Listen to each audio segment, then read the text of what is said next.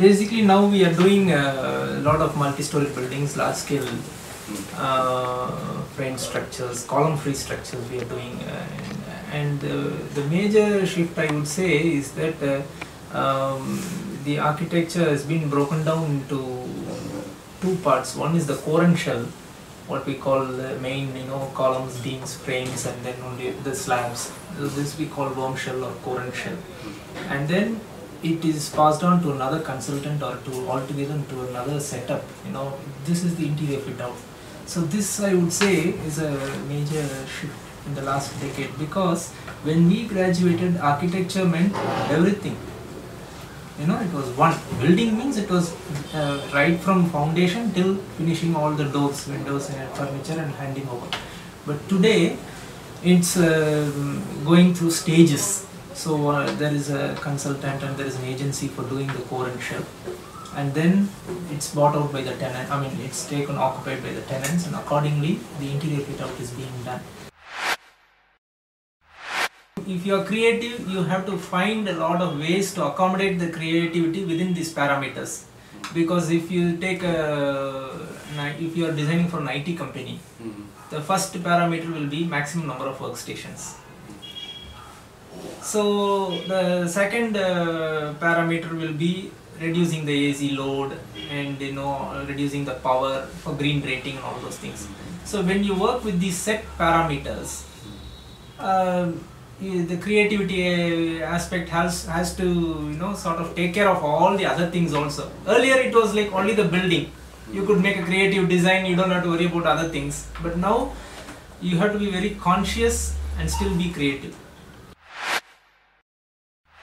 In 1940s, I think there was a there was a very big recession called the Dust Bowl in USA, in America.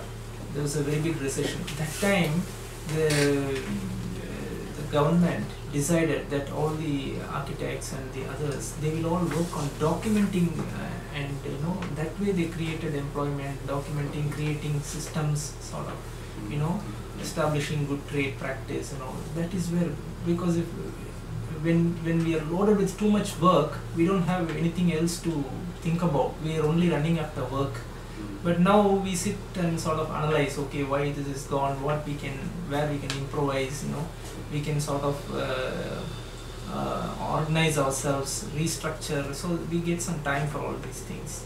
So I would say this is a learning. We can take this as a sabbatical, for learning. In terms of conservation, what I can expect from these kind of modern materials is they can give dry partitions, which where we don't need to break into the existing floor and walls by a few screws. If we can put some nice partitions, aluminum partitions or some aluminum boards, those kind of things will be very useful, rather than cladding materials, I would say, because in heritage buildings, cladding is usually not a part of this thing. The true stone, the true masonry itself gives the look of the building. You understand? The exposed brick itself will look good. The exposed stone itself will look good. What we do is we only scrape even the paint on the stone and expose them. We do sandblasting, we do cleaning the surface only we do. So on top of that, we won't put any other cladding material. We only try to expose the original material. So that is what is happening. But inside there are a lot of problems. For example, within a heritage building, if you want to put toilets, then it is very difficult. If we have to put really masonry walls and do sunken flooring and put big walls here, it's also load. It should take the load. So if manufacturers can come with very simple, lightweight partition solutions, which we can, 2 drills here, 2 drills on the floor, we set the partition. It is good for this heritage building also. Anytime you can remove it, and it doesn't put big load on the building. And if it is water repellent and all those things, we can use it for the toilets also. So that is one thing which I would suggest. We are consuming a lot of resources for making our buildings, and we are not giving enough back to the environment, is the truth. But now a lot of awareness is coming, a lot of our clients are asking for green buildings. They are getting very conscious. The only part where the clients are all little apprehensive is the maintenance part.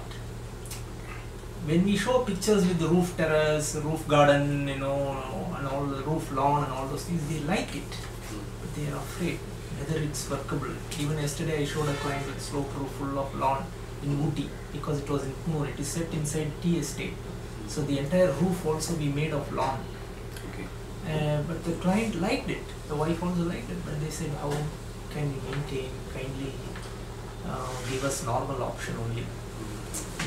So people are a little worried about maintenance aspect. That is why even if you want to do recycling of water, then we need to put pumps, then we need to store that water, byproduct water, then somebody has to take care of that, somebody has to go clean, also turn on the... So these things are only stopping our people from going in, but otherwise generally they are very interested in this. The other thing is land. For example, if you want to put a small vegetable garden behind and harvest that vegetables and use it for your daily cooking, we need some space around. So now these things are only hampering us, but in terms of the mentality, people are really opening out. They want to go for green buildings, they want to get green certification. So that is happening, that consciousness is there, but we need to find ways and means to accommodate them.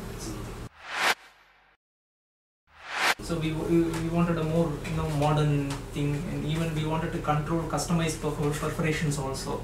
So all these options we explored.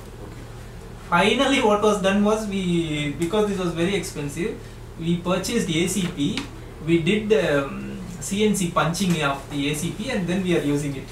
That's what is the final solution we ourselves made. But if some ACP person, manufacturer comes with these sort of perforated ACPs or patterned ACPs, that will be very useful, I think. Yeah, that should be fine.